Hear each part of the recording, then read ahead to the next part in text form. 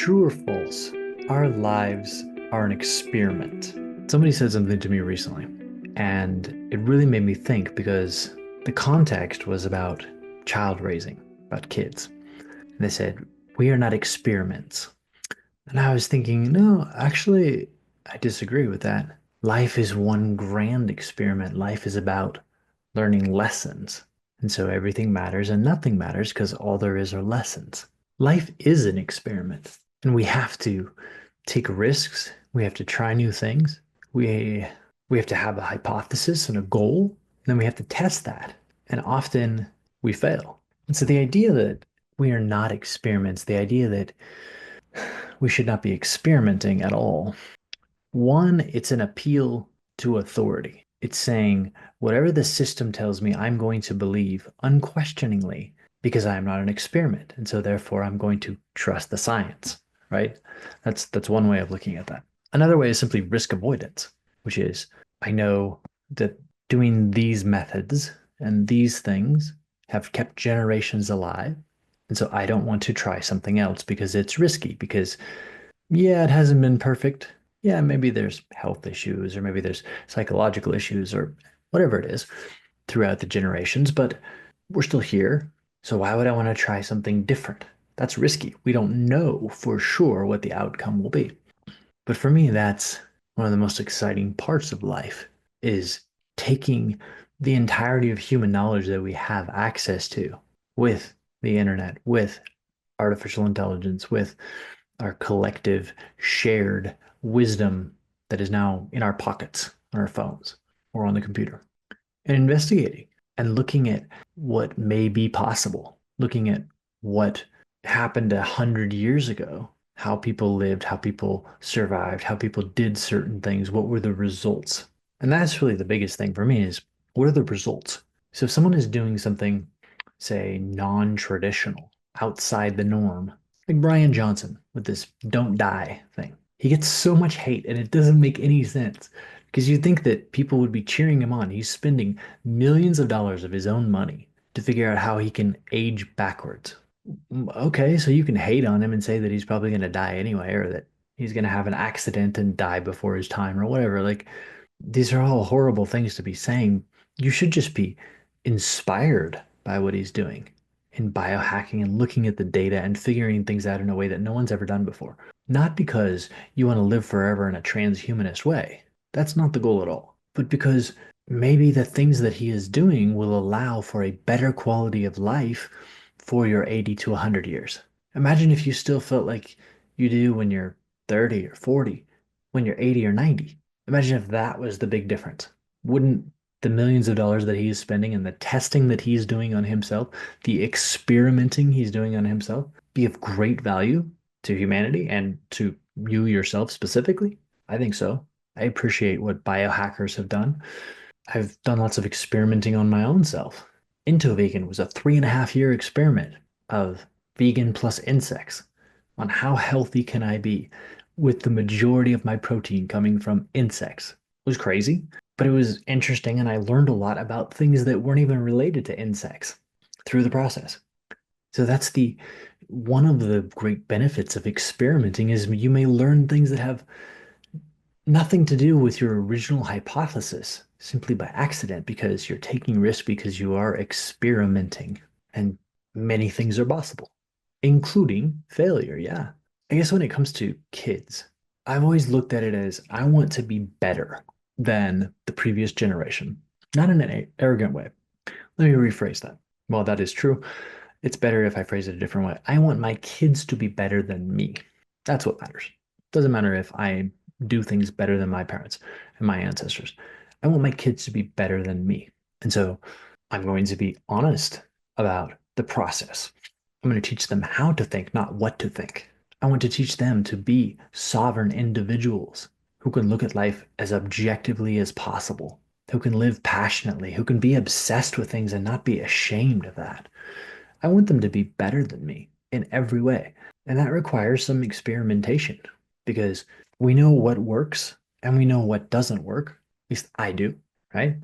And so I can take my entirety of experience and knowledge and everything that I can read and learn from the experiences of other people and from researchers and from scientists, psychologists, people like Carl Jung.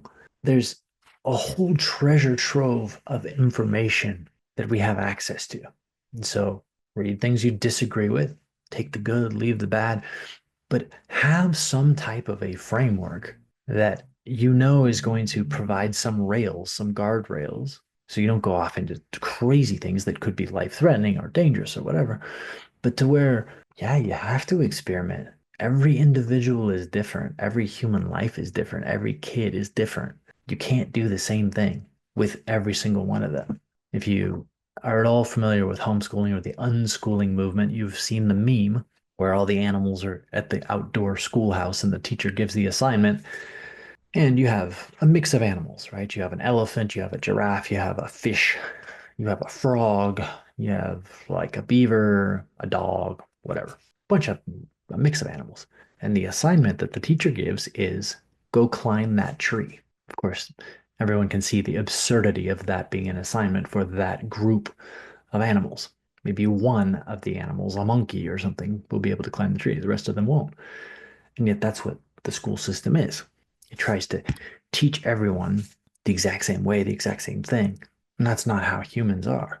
And so experimentation is required, I think, as a good parent.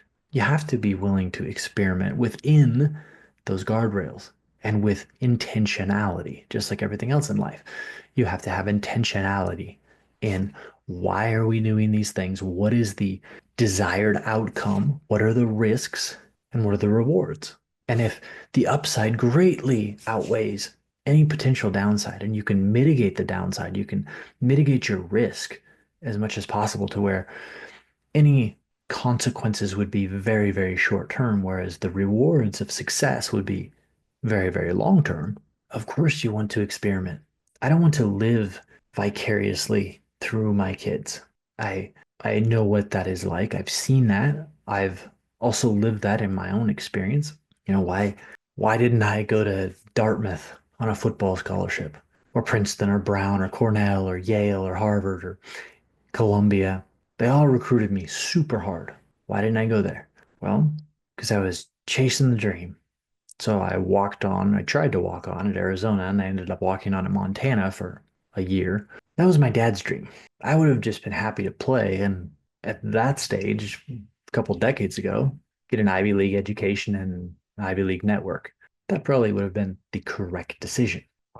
I didn't make that decision because I didn't have the guidance to really look at it objectively. I wanted to make Pops happy, and of course, the dream of, you know, chasing big time football in college and the NFL. Yeah, that's enticing. Not to be, obviously. But that was somebody else's dream. I would have just loved to play and be in a place that I enjoyed for 4 years instead of transferring. I mean, in the end, I have no regrets, I guess, but I don't want to do that to my kids. So because I like a certain type of instrument in music, or because I like a certain type of art, or because I like a certain sport, well, I'm not going to force them to do anything. I want my kids to be better than me. And so that's going to require some experimentation for me as a parent and also for them as individuals growing up. They have to understand that they should be free to experiment and fail because they have to find out what they love, what they're passionate about, what they're obsessed with, and then pursue that, find their purpose through that. And you can't do that without experimentation.